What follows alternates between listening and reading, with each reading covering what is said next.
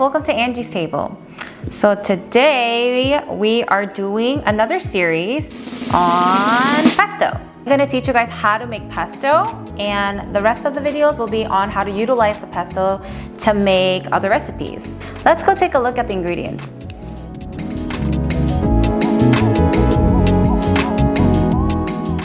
So I have all my ingredients out here on the table in front of me. We're gonna put these in one by one into the food processor and just let the food processor do the work. So now we're just gonna put the pine nuts in first. Okay, and now we are going to just roughly chop the garlic, and this is the second item going into the food processor. I'm just gonna pulse this just a little bit.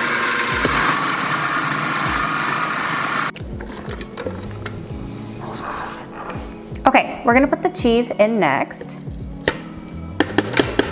Seriously, smells so good. And we'll put in our basil.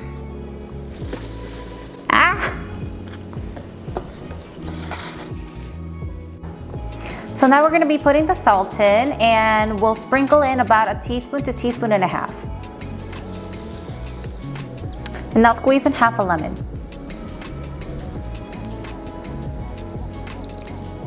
I'm gonna close this up and slowly start adding the olive oil. Grab my olive oil, and we will put this on low. And slowly add the olive oil in.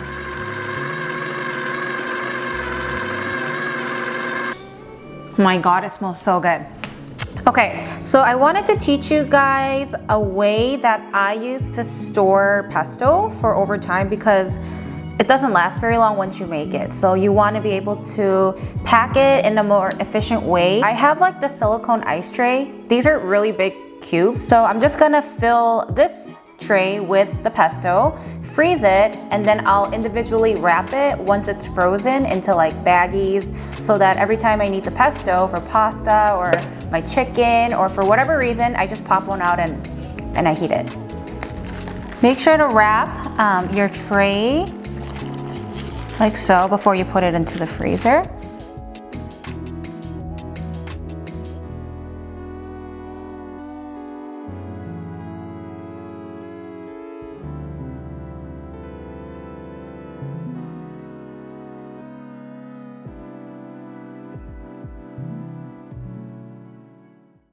So that's how we make pesto. Stay tuned to watch the rest of the videos on how to use the pesto to make delicious food for your friends and family.